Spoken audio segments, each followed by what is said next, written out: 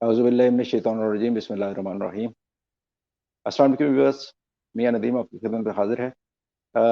तारकीन वतन जो हैं हमारे लिए मुल्क का कीमती सरमाया है और वो जो हम अपने जो भेजते हैं पाकिस्तान के अंदर ज़र मुबादला, उससे हमारे मुल्क को बहुत सारा फ़ायदा पहुँचता है।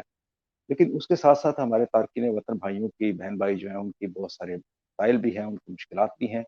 हम उनके उर्दू पॉइंट उनकी जो मुश्किलात हैं और पाकिस्तानी कम्युनिटी दुनिया भर में फैली हुई है, जो उसकी मुश्किलात और उनके मसाइल के ऊपर बात करने के लिए गाहे-बगाहे हम जो है दोस्तों को ज़हमत देते रहते हैं। आज हमारे साथ मौजूद हैं स्वीडन से जुनैद नवाज़ चौधरी साहब।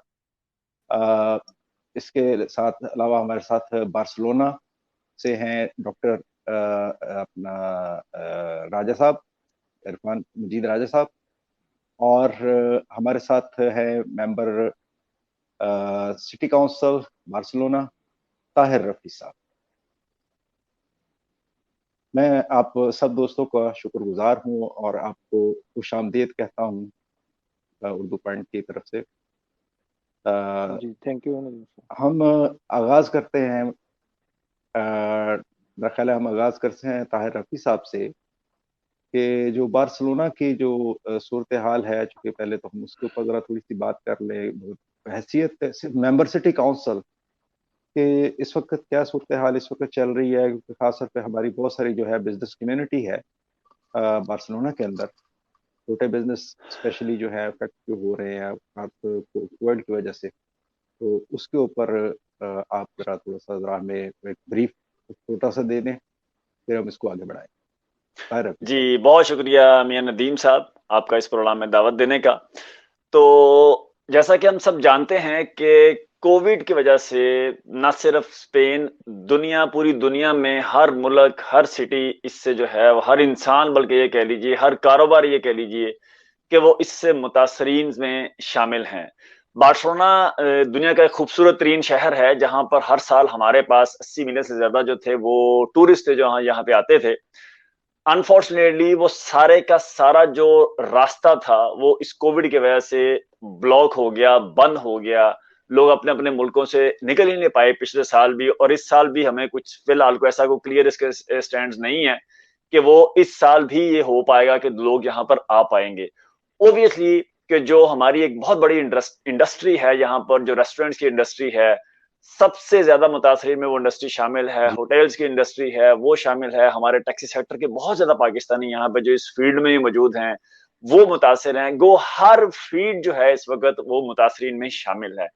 इसमें हुकूमती तरफ से, हुकूमत की तरफ से कोई इतनी ज़्यादा उनकी यहाँ जी, पे कम से कम इतनी ज़्यादा उनकी हेल्प नहीं की जा रही कि जो बेसिकली जिसके वो अहल थे, जिसके वो हकदार थे, क्योंकि उनको सर्विसेज़ देते हुए, ख़ास तौर पे रेस्टोरेंट वालों को सर्विस देते हुए बहुत लंबा अरसा गुज़र गया था, और आज तक हमने 1918 के बाद कभी कोई ऐसी कोई हमने वबा देखी नहीं थी कि यहाँ पर लोग इस तरह से स्टक होंगे और लोग अपने-अपने घरों में रहेंगे। जी, तो डेफ़िनेटली जहाँ पे सारे लोग इससे मुतासिरी में शामिल हैं, हमारे पाकिस्तानी जो हैं, वो डेफ़िनेटली यहाँ पर एक बहुत बड़ी उनकी तादाद है, कि यहाँ के रेस्टोरेंट्स की फ़ील्ड में वो हैं।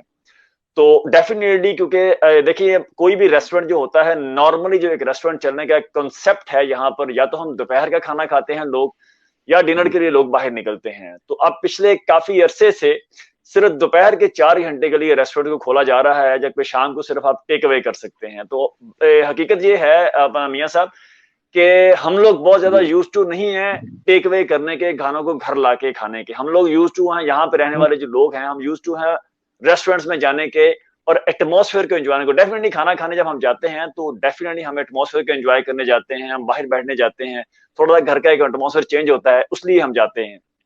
तो इसलिए बहुत से ऐसे रेस्टोरेंट भी हैं कि जो सही, टेक अवे का काम नहीं कर पा रहे।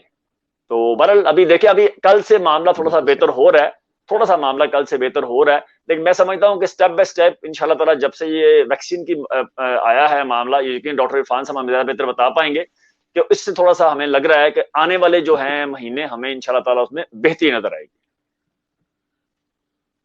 जी, बहुत शुक्रिया। अभी हम आपकी तरफ दोबारा आएँगे ताहिर रफ़ी साहब।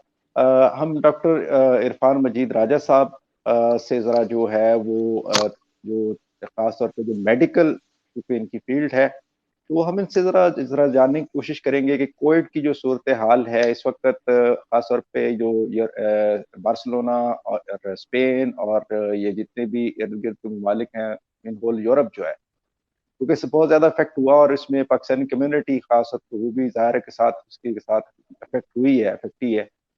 तो ये कब तक की ये सूरत हाल जो है डॉक्टर साहब आप देख रहे हैं, आपकी जो एक बतौर एक्सपर्ट जो है ओपिनियन, एक मेडिकल एक्सपर्ट के, तो उसमें आपकी क्या है, आपके क्या ख्याल है ये कब तक ये बहुत मामला शुक्रिया, सारे जो है वो क्लियर होने के तवक्कुआत हैं?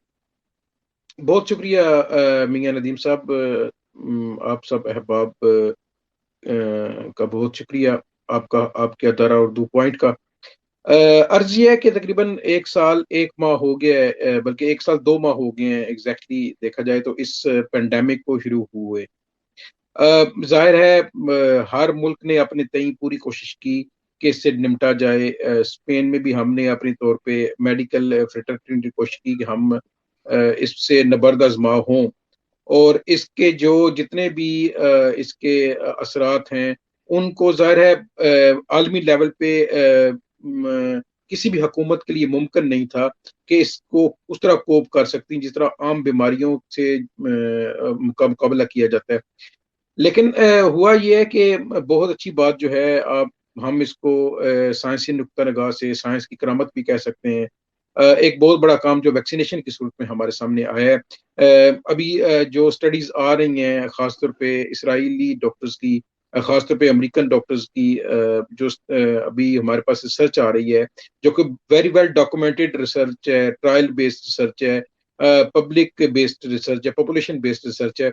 वो हमें ये बता रही है कि 86% तक इन ममालिक में जो है यानी 76 से 86% तक जो शरह अमवात और अस्पताल दाखिले की जो शरह है वो कम हो चुकी है। तो अगर यही रफ्तार अच्छा रही जी। और इसी तरह वैक्सीनेशन की रफ्तार रही तो गालिब अमकान है कि 30 जून तक इंशाअल्लाह ताला 60 से 70% आबादी हमारे यूरोप की, इंग्लैंड की और अमेरिका की ये वैक्सीन हो चुकी होगी। इसका मतलब क्या है? इसका मतलब ये है कि बहुत सारे वो लोग या लोगों की वो अक्सरियत जो सियाह हैं, जो उनको नगर नगर करिया करिया दुनिया घूमने का शौक है, वो जाहिर है जी उनके लिए बिल्कुल। आसानी पैदा हो जाएगी, ट्रैवल आसान हो जाएगा। अभी 30 जून या ज्यादा से ज्यादा हम देखते हैं कि 30 जून के बाद क्योंकि हमारे साइड पे मौसम भी खुल जाएगा तो इसकी ट्रांसमिशन ओपन एयर निस्बतन कम होती है, बजाय इसके कि ज्यादातर इसकी ट्रांसमिशन जो बंद जगह है वहां पे ज्यादा ये होता है, बंद घरों में एक से ज्यादा जब हम्म। फैमिलीज या दोस्त अहबाब मिलते हैं तो उस वक्त ज्यादा होती है। मौसम खुल जाता है, जब मौसम खुल जाता है तो ये कोरोना, ये जो वायरस है या कोई भी वायरस, उसकी ट्रांसमिशन आस्ता आहिस्ता हो जाती है, वो हल्के हल्के आगे फैलता है, फैलता रहेगा। लेकिन हमें एक और बात याद रखनी पड़ेगी कि हम फर्ज किया कि पूरे यूरोप की जो हुकूमतें हैं, अमेरिका या ऑस्ट्रेलिया या जितने भी बड़े ममालिक हैं, ये अपनी पब्लिक को 70% कम अज कम अगर वैक्सीन करने में कामयाब होंगे तो इससे हमारी जान छूटेगी कि कम अज कम जो 70% की एक्वायर्ड इम्यूनिटी है उससे दूसरे भी इनडायरेक्ट हम्म। जो नहीं लगवाएंगे। जाहिर है एक स्टडी आई थी पिछले दिनों, उसमें लिखा हुआ था कि 23% जो इंग्लैंड के मुसलमान हैं वो पाकिस्तानी ओरिजिन के, वो नहीं लगवाना चाहते। 17.6% बंगाली नहीं लगवाना चाहते, और 4.6-7% इंडियंस नहीं लगवाना चाहते। तो मैंने नहीं, कैलकुलेट इसमें किया तो एक इंटरेस्टिंग, मैं आपको इंटरप्ट कर रहा हूँ, इसमें बड़ा इंटरेस्टिंग एक पॉइंट है कि पिछले दिनों वॉइस ऑफ अमेरिका के ऊपर था कि अमेरिकन मिलिट्री के जो ऑफिशियल्स हैं और स्पाई जो हैं और ऑफिसर्स जो हैं, बहुत बड़ी तादाद है, वो नहीं लगवा रहे। जी कि बहुत वो कह रहे सारे हैं कि जी नहीं हम नहीं ये लगवाए, तो वो कॉन्स्पिरेसी थ्योरीज जो है। जी बिल्कुल, ये मसला मसला ही यही है। आप देखिए कि मैं अक्सर, रात को भी बात हो रही थी एक ग्रुप में, तो मैंने उनसे यही अर्ज की कि मर्द मोमन मर्द हक साहब, अभी पता नहीं उनके लिए, मैं तो दुआ आज तक कभी नहीं की, ना कभी जिंदगी में करूंगा, लेकिन उनके दौर में पाकिस्तान की आबादी तकरीबन 8.5 करोड़ थी, आज 22.5 करोड़ हो गई है। हम सुनते आ रहे हैं पोलियो लगवाएंगे तो हमारी जो जिनसी सेहत है उस पर फर्क पड़ेगा, आयोडीन वाला नमक खाएंगे तो फर्क पड़ेगा, फलानी वैक्सीन लगवाएंगे तो फर्क पड़ेगा। हम 22.5 करोड़ हो गए हैं फर्क पड़वाते पड़वाते। यानी हमारी जो राइट। ग्रोथ रेट है दुनिया का 3.6%, ये फर्क पड़वाते पड़वाते रेट हुआ है। अभी खुदा जाने अगर फर्क ना पड़ता होता तो हमारा पता 7.6% होता या कितना होता। कहने का मतलब ये है कि हमें देखना ये पड़ेगा कि मियाँ साहब, मेरा जो कम से कम स्टांस है बड़ा क्लियर है। हमारे पुराने वक्तों में हमारे तरबियत के लिए अंबिया से आगे आए, हम ताबईन तबा तबीन से आगे आए, हमारे सूफिया, हमारे औलिया, खुफिया। हमारे असलाफ, ये हमारी तरबियत क्या करते थे। जब हम पे गलबा आना बिल्कुल शुरू सही। हुआ दूसरी कौमों का, तो उन्होंने एक बात बुढ़ापा। जो हमसे सीखी, जो एक बात हमसे सीखी, उन्होंने जमियात बनाई, उन्होंने यूनिवर्सिटीज हम्म, बनाई। उनको समझ आ गई थी कि ये बिल्कुल। तहकीक करने वाले लोग हैं। अब इतनी तहकीक, ये लोग एक एक छोटी चीज को इतना रगड़ा दे देते हैं कि तसव्वुफ और वलायत हमारे यहाँ आजकल जो राइज है वो मजाक लगती है। सच्ची बात यही है। मैं ये नहीं कि मैं किसी के बिल्कुल सही। अकीदे या किसी के मानने के खिलाफ हूं या मुनकर हूं, लेकिन हकीकत यही है कि तहकीक जब से इस उम्मत ने छोड़ी है, ये 300 नहीं, पता नहीं 3,000 साल हाँ पीछे चली बिल्कुल, गई है। इसका बेड़ा गर्क हो गया। तो अब तहकीक की बुनियाद पे आप सब अहबाब जो हम तुर्की जा चुके हैं, या आपको पता है जो फाइजर की वैक्सीन है वो तुर्कों ने इजाद की थी। यहाँ पे हमारे इन्होंने कुछ रौला डाला तो मैंने अजराए मजाक कह दिया कि आप फाइजर की वैक्सीन जरूर लगवाइएगा, क्योंकि वियाग्रा फाइजर ने बनाई थी। तो कहने का मतलब हम्म। ये है कि हमें किसी ना किसी तरीके से अपनी कम्युनिटी को कम्युनिकेट करना है कि भाई ये वायरस का फ्रेगमेंट है, या कि एडिनो वायरस, वो जो बंदर से लिया है, क्या नाम है, एडिनो वायरस का सैंपल ऑक्सफोर्ड ने, वो बंदर जी। का वायरस नहीं है जो इंसानों में लगा रहे हैं। उन्होंने लेबोरेटरी में उसी टेक्निक को इस्तेमाल किया है। इंसानों में वो बीमारी नहीं काज करता, लेकिन बिल्कुल सेफ है। लेकिन अच्छा इसका सब डॉक्टर साहब, कोई यहाँ पर ऐसा साइड यहीं इफेक्ट पर नहीं। यहीं पर मैं आपको टोक एक यहीं पे मैं आपको टोकना चाहूंगा थोड़ा सा। एक ये बहुत जरूरी है कि आपने अभी जिक्र कर दिया कि बंदर का वो लिया, उन्होंने जीन्स लिए या जो भी सेल्स लिए हैं। गुजारिश ये है कि मैं सिर्फ यहाँ पर ये चाहूंगा अपने नाजरीन के लिए कि आप ये क्लैरिफाई कर दें कि जो जानवर का किसी का कोई भी होता है, उसका सेल हम लेते हैं या उसका जीन्स उसके कुछ लिए जाते हैं, तो वो इंसानी जिस्म में वो उसके वो परवरिश क्या पा सकते हैं या नहीं पा सकते हैं, या उसके क्या असरात होते हैं, क्या वो उसके साथ वो कंपेटिबिलिटी होती है या नहीं होती है। हमारी क्योंकि ये एक 150 बहुत बड़ा साल ये की भी इशू मेडिकल बना हुआ की है ना कि। मियाँ साहब, हमारी 150 साल की जो मेडिकल तारीख है ना, वो गिनी पिग्स, चूहे की एक नस्ल है, गिनी पिग्स पे तजर्बे करके, दूसरे जानवरों पे जी। तजर्बे करके अभी जो कोरोना वायरस आया है ये चमगादड़ से आया है। तो अगर फर्ज कर लिया जाए कि वैक्सीन में कोई ऐसा मसला है, तो कोरोना खुद हराम है। जो कि चमगादड़ से, हम चमगादड़ हम्म। तो नहीं खाते, कोई भी इंसान नहीं खा, यानी हम हाँ मुसलमान बिल्कुल। चमगादड़ तो नहीं खाते कि पूरी दुनिया की फलाह का हमने ठेका लिया हुआ है। अब कहने का मतलब ये है कि दो टेक्नोलॉजियां याद रखें, पूरी दुनिया में सिर्फ दो टेक्नोलॉजीज है। नंबर वन, कि उस वायरस कोरोना वायरस का से मिलता जुलता जेनेटिकल फ्रेगमेंट लेबोरेटरी में तैयार करना। जाहिर है अगर चमगादड़ बिल्कुल। से आया है उसका फ्रेगमेंट, ये मोडर्ना फाइजर है, साइनोवाक चाइना की जो है, या कैन साइनो कैन जो है चाइना की, ये मेथड यही है।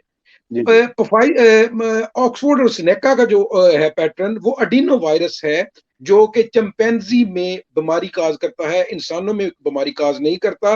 लेकिन वो चूंकि चिंपैंजी की जो फिजियोलॉजी है वो इंसान के करीब तरीन है, इसलिए उन्होंने, ऑक्सफोर्ड वालों ने, एस्ट्राजेनेका ने, ये सोचा कि ये वायरस कोरोना से भी मिलता जुलता है और इंसानों में बीमारी भी काज नहीं करता, तो इससे मिलता जुलता वायरस हम लेबोरेटरी में बनाते हैं, वो इंजेक्ट करते हैं, और वो खुदा के फजल से वो उनका तजर्बा कामयाब हो गया है। तो अब जो भी इंसानों को लग रहा है वो लेबोरेटरी में बना हुआ है, याद रखिए ये किसी जानवर से नहीं लिया हुआ ये मटेरियल।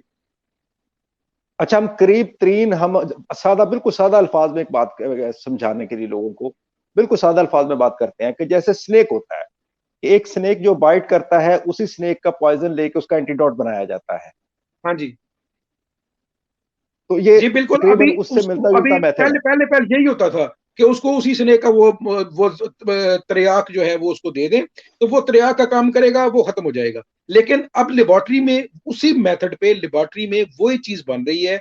मिसाल के तौर पे देखें, सबसे ज्यादा कॉमन हमारे हर घर में जो चीज है ना, वो है पैरासिटामोल। बिल्कुल सही। पैरासिटामोल शुरू कहाँ से हुई? आज पैरासिटामोल का साल्ट लेबोरेटरीज में बन रहा है। अमोक्सिसिलिन, अमोक्सिसिलिन शुरू शुरू कहाँ से हुई? फफूंदी से शुरू हुई। रोटी के ऊपर जब वो काई जो जम जाती है, उससे आगे चले जाए, मलेरिया की जो दवाई है, ये कोना कोना जो खाल है, कोना दरख्त की ब्राजील अमेज़न के जंगलों में, वहां से शुरू हुई।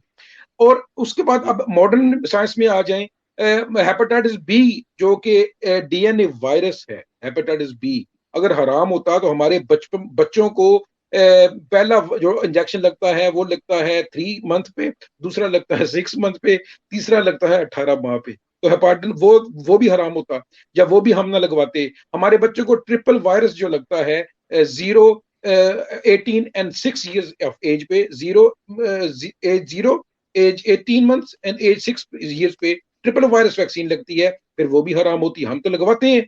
तो जितनी भी ये वैक्सीनेशन है समेत ट्यूबरकुलोसिस के, ये सारी की सारी शुरू में उसी वायरस से आई है, जो किसी जानवर से आया है या जो इंसानों के बाहर से आया है। वायरस जो हमें इन्फेक्ट कर सकता है वो हमेशा तमाम वायरस वही हैं जो इंसान से बाहर से आए हैं। अगर हमारे अपने अंदर के होते तो हमारे उनको जरूरत ही क्यों नहीं थी इतनी ज्यादा बीमारी फैलाने की। बिल्कुल सही, बिल्कुल सही। डॉक्टर साहब, हम आपकी तरफ दोबारा वापस आते हैं।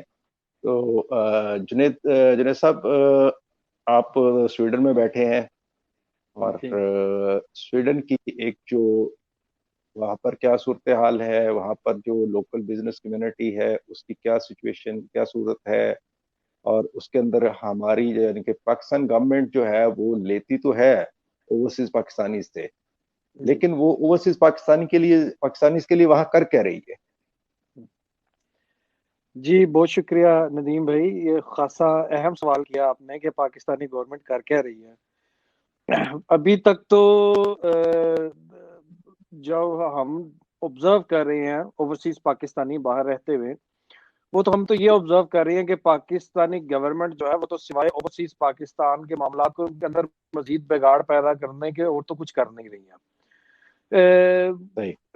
आप अभी कुछ अर्सा पहले की बात है नदीम भाई, मैं ये ओवरसीज पाकिस्तानी की जो 1500 फाइल्स है वो जिसमें प्रॉपर्टीज वगैरह की, और वो मिलियंस में बिलियंस में प्रॉपर्टीज हैं, वो गायब हो गई हैं इस्लामाबाद से। वो उसका नहीं पता चला सबसे पहले तो कि वो गई किधर है।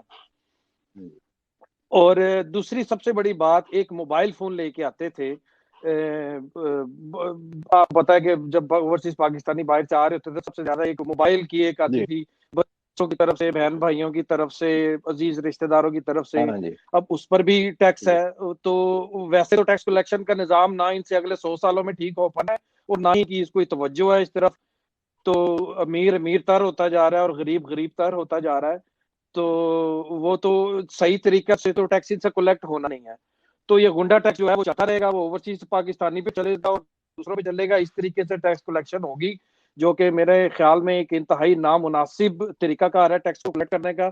बजाय कि आप अमीरों को और बिजनेसमैनों को टैक्स नेट में लेके आए, उनको आगे से आप स्वीडन की मिसालें तो बड़ी देते हैं ये खड़े होके स्टेजों के ऊपर, जितने भी सियासतदान हैं ये स्वीडन की मिसालें तो बहुत ज्यादा देते हैं, लेकिन वो कभी ये नहीं बताते हैं कि स्वीडन में जब आप टैक्स पे करते हैं तो उसके अगेंस्ट आपको मिलता क्या है।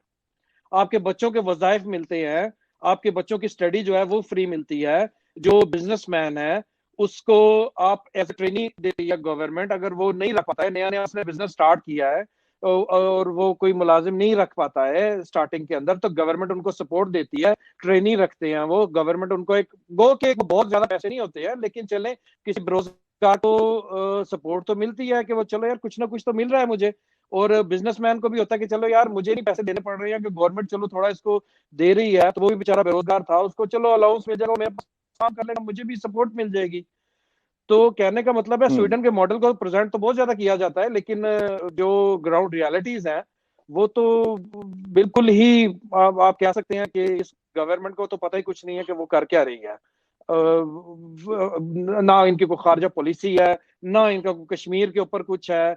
ओवरसीज पाकिस्तानी है तो वो बेचारे बैठे हुए मुंह देख रहे हैं कि हमारे क्या होगा। 1500 फाइलें गुम हो गई हैं, उसके बारे में पता ही कुछ नहीं है कि वो किधर गई हैं। बाकी जहां तक रहा नदीम भाई कोरोना का ताल्लुक, तो डेफिनेटली बात है कि जैसे पूरे वर्ल्ड को हिट किया हुआ है, स्वीडन में भी हिट किया हुआ है कोरोना ने।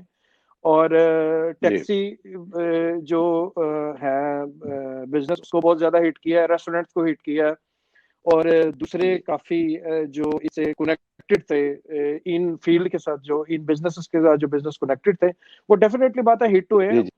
तो उसकी वजह से अच्छा जो जुनेद साहब, छोटा आपने बिजनेस वाला आपने अभी जी आपने अभी जो मुझे ये थोड़ा सा ये आ गया ख्याल के आपने कश्मीर की बात की है। तो आप खास तौर पे जहाँ पर आप बैठे हैं, स्कैंडिनेवियन कंट्रीज हैं और स्वीडन भी हो गया, स्पेन भी हो गया, नॉर्वे भी हो गया और आगे भी सारा यूरोप के भी पूरे में हमारी कश्मीरी बिरादरी बहुत ज्यादा बैठी हुई है। हमारे जी कश्मीरी भाई जो हैं वो बहुत ज्यादा बड़ी तादाद में बैठे हुए हैं, जो कि दोनों अतराफ के कश्मीर, पाकिस्तान की आज़ाद कश्मीर से भी और मकबूजा कश्मीर से भी इनका ताल्लुक जी है। तो ये एक बड़ा इशू है और इतनी बड़ी कम्युनिटी हमारी बाहर बैठी हुई है। तो उसके ऊपर आप लोगों का कितना को दबाव है पाकिस्तानी गवर्नमेंट के ऊपर और इंटरनेशनल जो है अदारे हैं उनके ऊपर? देखिए नदीम भाई, जो सबसे बड़ी बात है ना, हमें इसको थोड़ी तफसील में जाना पड़ेगा। सबसे पहले तो आ जाएगी आपकी फॉरेन पॉलिसी। इस मामले में पाकिस्तान की जो खारजा पॉलिसी है उसको 3 अतवार से देखा जाता है: मेयारी, रियासत पसंदी और साख्ती। मेयारी तहरीक पाकिस्तानी कौमी रियासत के मंसूबे का अहम हिस्सा है, जिसमें सकाफती इक़दार, मजहब और तारीख जैसे इस्लामी तशख़्ख़ुस पर मबनी नजरियाती और खुद शनाख्ती अलामत है। यहाँ अहम सवाल ये पैदा होता है कि पाकिस्तान की खारजा पॉलिसी में इस्लामी शनाख्त की सख्त असरअंदाज होती है, जबकि बैनुल अक़वामी ताल्लुकात के अदब के मुताबिक कौमी मुफाद शनाख्त या नजरिए से ज्यादा खारजा पॉलिसी का काबिल एतमाद पेशगो होता है। अब सबसे पहले दूसरी बात, पाकिस्तान की खारजा पॉलिसी का रियासत पसंदाना हिस्सा बैरूनी खतरात के खिलाफ दिफा के रिवायती तर्ज पर मबनी है। ये इलाकाई खतरात पाकिस्तान के 2 पड़ोसी ममालिक हैं, उनसे उभरते हैं: अफगानिस्तान से डेविड लाइन तनाज़े के जरिए और इंडिया से तनाज़ा कश्मीर की वजह से, जो खिते में पाकिस्तान का सबसे बड़ा मसला है। तीसरी बात, साख्त की जरूरियात में दूसरे ममालिक, खास तौर पर ताकतवर ममालिक की पॉलिसियां शामिल हैं जिस पर पाकिस्तान का कोई कंट्रोल नहीं है। मिसाल के तौर पर अमेरिका और चीन के माबैन बढ़ती हुई जो स्ट्रेटेजिक दुश्मनी है, उसका बराह रास्त असर पाकिस्तान की खारजा पॉलिसी पर पड़ता है, क्योंकि पाकिस्तान चीन और अमेरिका दोनों के साथ अपने ताल्लुकात को मुतवाजन रखने की कोशिश कर रहा है, जिसकी वजह से आपकी जो खारजा पॉलिसी है वो बहुत बुरे तरीके से खासूसन इस गवर्नमेंट में बहुत ज्यादा नाकाम हुई है। ईरान, उसके साथ अपने ताल्लुकात खराब कर लिए हैं। फिर उसके बाद आपने सऊदी अरब से अपने ताल्लुकात को खराब किया, असद उमर साहब को भेजा गया बाद में कि जी जाएं, जी ये जाके मसले मसाइल हल करें। और चाइना, उसके साथ आपने अपने ताल्लुकात को खराब कर लिया। आपने सी पैक का काम किया, जिसकी वजह से आपकी मईशत पर बहुत ज्यादा असर पड़ा। आप इंटरनेशनली आप कमजोर हुए हैं नदीम भाई। आप आ जाते हैं कश्मीर की तरफ। इंडिया कश्मीर की अब आपकी खारजा पॉलिसी क्या थी? इंडिया कश्मीर की खसूसी हैसियत खत्म करने से मुताल्लिक जो उसने अचानक फैसला है, उसकी पेश कदमी को भांपने में आप क्यों नाकाम हुए? सबसे पहले तो ये सवाल आता है। दूसरी बात, अक़वामे आलम में तो छोड़िए, आज जो मुस्लिम उम्मा में हम क्या हैसियत रखते हैं, क्या वजूहात है? बिल्कुल, उसमें भी हम आवाज आपने खो चुके हैं, आप मुकम्मल तौर पर खो चुके हैं। फिर तीसरी बात, इंडिया अपनी मौशी ताकत के बलबूते पर हर जगह अहमियत इख्तियार कर गया, जबकि हम एक जानब IMF के चुंगल में और दूसरी तरफ आप FATF की जो तलवार के नीचे महज जो है ना, आप महज जो आप आजाद मईशत का ख्वाब लिए ना, हाथ बांधे अब फिर रहे हैं इधर उधर। आपकी खारजा पॉलिसियों ने आपको इतना कमजोर कर दिया है इंटरनेशनल लेवल पर नदीम भाई, कि वहां पर आप कुछ कर ही नहीं पा रहे। ओवरसीज पाकिस्तानी कश्मीर के हवाले से अपने कश्मीरी भाइयों के साथ, बहन भाइयों के साथ मिलके हर फोरम पे आवाज बुलंद कर रहे हैं, लेकिन उनकी सारी कोशिशें रायगां जा रही हैं नदीम भाई। कोई फायदा ही नहीं हो रहा। आपकी गवर्नमेंट क्या कर रही है? FATF की तलवार आपके ऊपर लटक रही है। फिर दूसरी सबसे बड़ी बात, ये आके दावे करते थे कि जी हम ऐसे कर देंगे, हम वैसे कर देंगे, इन्होंने हम कर्जे नहीं लेंगे। इस्लामाबाद पाक जो है वो गिरवी रखा जा रहा है 5 बिलियन के एवज। पता है हमारी कौम को इस बात नहीं है क्या क्या हो रहा है।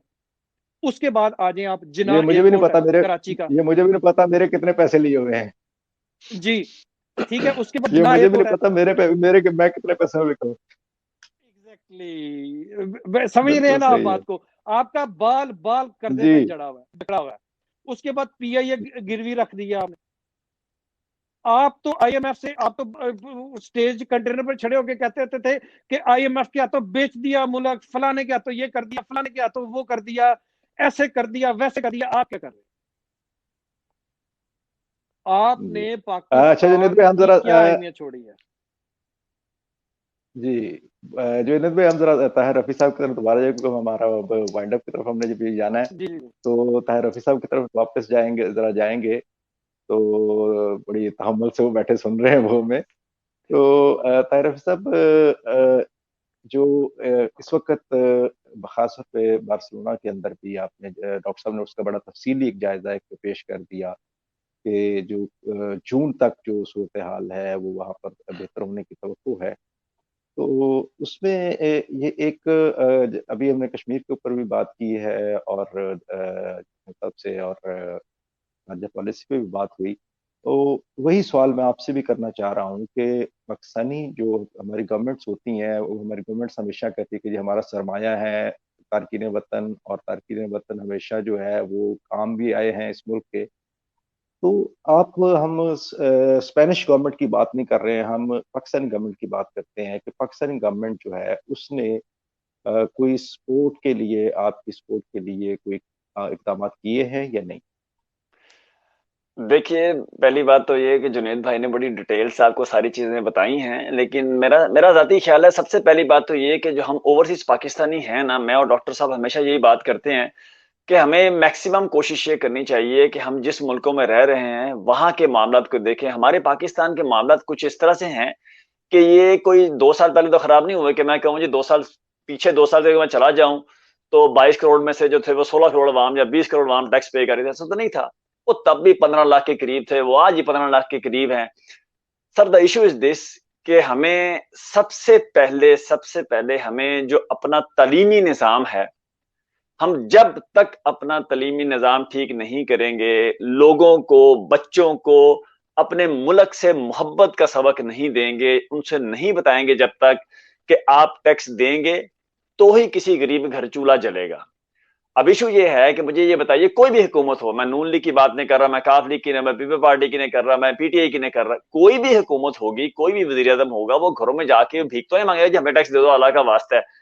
इन मुल्कों में जुनेद भाई आप और डॉक्टर साहब, इन मुल्कों में आपके घर में कोई नहीं आता। हमें मालूम है कि यहाँ पर लॉज ऐसे हैं कि यहाँ भी होता है। आप ये मत सोचिएगा कि इन मालिक में टैक्स चोरी नहीं होता, नो नो नो, यहाँ भी होता है। मेरा नहीं ख्याल कि दुनिया में कोई मुल्क जिसमें ये नहीं होता होगा, लेकिन बहुत कम परसेंटेज है इन ममालिक में। मेरा जाती ख्याल ये है कि पाकिस्तान को कम से कम ये चाहिए कि वो अपनी जो पॉलिसीज हैं, इंटरनल पॉलिसीज, हम खारजा पॉलिसी तो देखेंगे ना, पहले इंटरनल पॉलिसीज हैं, उसको ठीक करने के लिए उसको बहुत ज्यादा काम करना है। कोई भी हुकूमत आएगी, आप देखिए बिगाड़ कल का नहीं है, 70 साल का 75 साल का बिगाड़ है।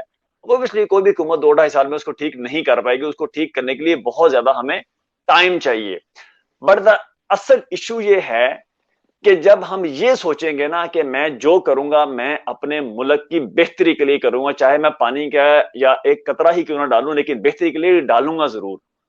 अब इशू ये है कि जब आप स्कूलों में ये जी बात नहीं पढ़ाएंगे, जब मेरे घर में मेरा बाप आएगा, मुझे मालूम है कि इसकी पाकिस्तान में 6 दुकानें, मेरी किसी, अल्लाह का शुक्र है, किसी एक टैक्स भी पे नहीं कर रहा, किसी एक काम करने वाले का चीज पे नहीं कर रहा, तो यहाँ पे जो हमें चीजें वापस मिलती हैं, जो टैक्स की हम पे करते हैं हमें वापस मिलती है, वो हम टैक्स पे करते हैं। हमें हम मैं समझता हूँ स्पेन के अंदर जैसे हमें हेल्थ का सबसे बड़ा एक मसला होता है, वो हमें फ्री है।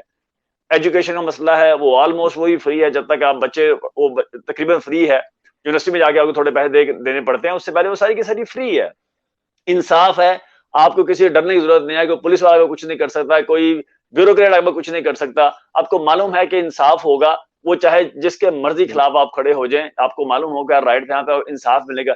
ये 2-3 चीजें ऐसी हैं, अगर हमारे मुल्क में ये काम हो जाए तो हमारा मुल्क भी, मैं नहीं समझता कि जितने उस पे वर्थ है, जितने उसके अंदर, वो हो सकता है। अब मुझे ये समझ नहीं आती कि जब वहां पर हालात हमें नजर आते हैं कि वो इतने हैं, तो वो हमारी आगे यहाँ पे हेल्प क्या करेंगे, क्या कर सकते हैं हमारे लिए। उसमें बात होता है इसमें कोई दो राय नहीं है कि ओवरसीज पाकिस्तानी हमारे दिल जो है वो पाकिस्तान के लिए धड़कते हैं, ना वो पीटीआई का धड़कते हैं, ना नून लीग के धड़कते हैं, ना काफ लीग के, ना हमारे पाकिस्तान के लिए दिल धड़कते हैं। इसलिए हम ये चाहते हैं, हमारे लिए वो पाकिस्तान है, हमारा मुल्क है, हम वहां पैदा हुए हैं, तो हमें उसकी हालत देख के यकीन कीजिए दुख होता है। वो कोई भी हुकूमत करे, वो पीटीआई करे, वो नून लीग करे, वो कोई भी हुकूमत करे, हमें अफसोस होता है जब हम उसकी ये हालत देखते हैं। तो हमारा दिल ये चाहता है कि अगर वहां बैठ के, जुनेद भाई की ये बात बिल्कुल ठीक थी कि जब वहां बैठ के आप यूरोप की मिसालें दी जाती हैं तो फिर आपको यहां से कुछ सीखना भी चाहिए। और सबसे बड़ी बात, मैं डॉक्टर साहब ने शुरू में एक बात कही थी कि वहां पे जामियात की जो है वो अभी इतनी ज्यादा कमी है कि जो इन लोगों ने लेके वही हमारी चीज उसको लेके आज इस लेवल पे पहुंच गए हैं कि आपको इनकी तरक्की जो है वो नजर आती है। तो हमारे ममालिक में हमारे बच्चे जो हैं वो बड़े टैलेंटेड हैं, अगर आप उनको कोई ना कोई रास्ता सही देंगे, उनको कोई रास्ता दिखाने वाला होगा, तो टैलेंटेड बच्चे हमारे बहुत हैं। लेकिन अनफॉर्चुनेटली हमें वहां पर वो सारी की सारी चीजें बताई नहीं गई। हमें मुल्क से प्यार करने का तरीका कोई और सिखाया गया। इंडिया पाकिस्तान का मैच होगा तो मुल्क से प्यार करना है, इसके अलावा इसके बाद या तुम काफली के हो, पीटीआई के हो, नून लीग के हो, बरेलवी हो, या वो कोई और हो, हमें मसालिक में, हमें जमातों में तकसीम इस तरह से करके, तो बेसिकली ये बात जमहूरियत में ऐसा नहीं होता। इन ममालिक में भी बहुत सी जमातें हैं, बहुत सी जमातें हैं, लेकिन जब बात जमहूरियत की करेंगे तो जब उसके बाद मामला गुजर जाएंगे तो फिर हम अपने मामला को रूटीन में चलाने की कोशिश करेंगे।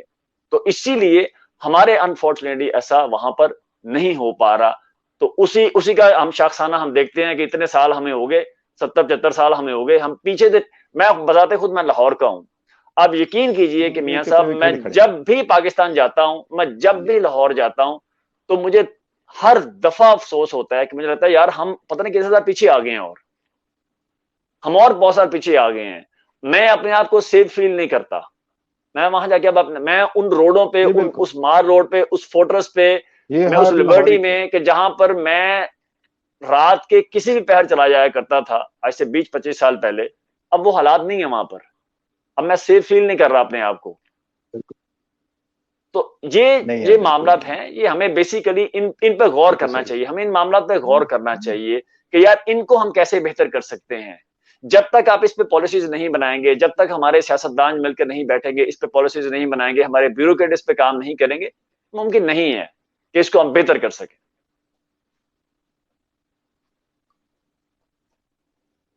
जी बिल्कुल, बहुत शुक्रिया ताहिर रफ़ी साहब। डॉक्टर साहब, ज़रा हमारा अब वक्त भी बहुत थोड़ा सा रह गया, तो कुछ थोड़े से अल्फाज में मैं चाहूँगा मुख्तसरन आप ज़रा पाकिस्तानी गवर्नमेंट के लिए क्या सजेस्ट करना चाहेंगे, क्योंकि कोविड के हवाले से वो क्या इक़दाम इख्तियार करें।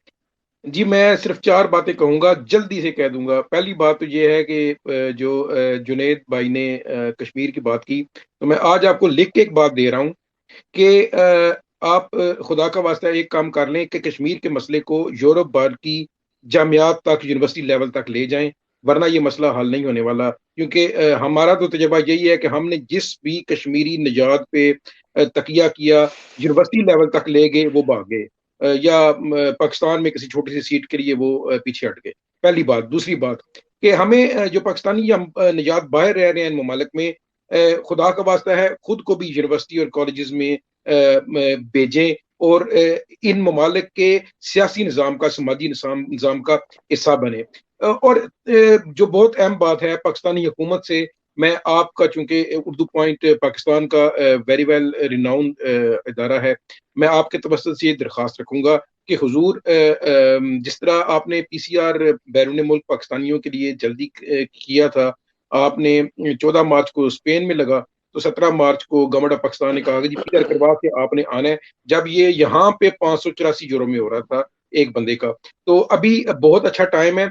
आपने पाकिस्तान में वैक्सीन, तो मुझे नहीं मालूम कि क्या स्पीड है, खैर स्पीड क्या होनी है हमारे यहाँ इतने शुकूक शुबहात में।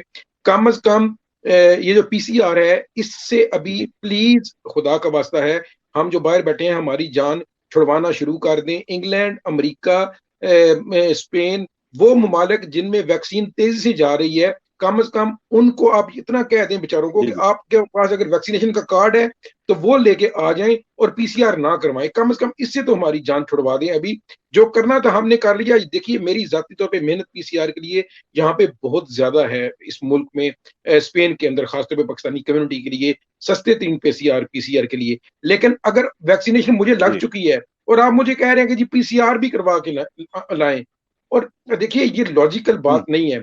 तो जितनी आपने जल्दी किया था ना पीसीआर लागू करने में, जिनको वैक्सीन लग चुकी है उनको आप क्या नाम है हटाएं भी। और गवर्नमेंट ऑफ पाकिस्तान से मेरी दरखास्त ये है कि हम माने या ना माने, हमारे जो ज़हनी जो तरबियत है वो आज भी मस्जिद की नहीं है, मस्जिद के मेंबर से है। मस्जिद के मेंबर जिन्होंने संभाले हुए हैं, खुदारा उनसे बात कीजिए कि लोगों को वैक्सीन के बारे में तैयार करें। ये बड़ा जरूरी है। ये इंसानियत की तहजीब मटाने के लिए ये वायरस आया है। ये इस वायरस ने किसी मुसलमान, किसी हिंदू, किसी सिख, किसी काले गोरे, किसी गंदमी को नहीं देखा, किसी बादशाह, किसी फकीर को नहीं देखा। तो खुदा का वास्ता है वैक्सीन जरूर लगवाएं, चाहे वो मेड इन चाइना है। सिर्फ जो अक़वामी अदारा है सेहत का, उससे अप्रूव होनी चाहिए, आपकी सेहत की अथॉरिटी से अप्रूव होनी चाहिए। और वैक्सीन आयम जो हमारे मसाजिद के इमाम हैं, तमाम में कातबे फिक्र के, उनको ओबलाइज करें, उस साथ को स्कूलों में ओबलाइज करें, वैक्सीन लग जाएगी।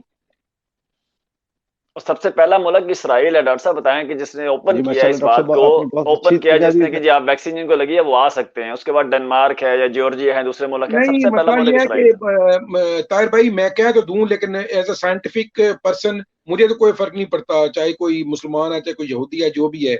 लेकिन बाज ऐसी सेंसिटिविटीज होती हैं कि बेहतर है आप उसको पैगाम दे दें। लेकिन मैं जाती तौर पर इजतनाब करता हूँ, क्योंकि हमारे हाल में कुछ अल्फाज, मिसाल के तौर पर हम बचपन में ना, हमारी जब कहते थे ना, हमारे यहाँ एक आम सी बात थी, किसी को फलां को सूर कह दिया तो कहते थे 40 दिन जुबान नापाक होती है। तो अब कहने का मतलब मैं इज्तनाब करता हूं। तो बस यही जो मेरी 4 बातें आपके सामने रखी हैं, अगर इसी पे हम अमल कर लें, कश्मीर के मसले को खुद को हम जमियात यूनिवर्सिटी तक ले जाएं, हमारे मसाइल हल हो जाएंगे।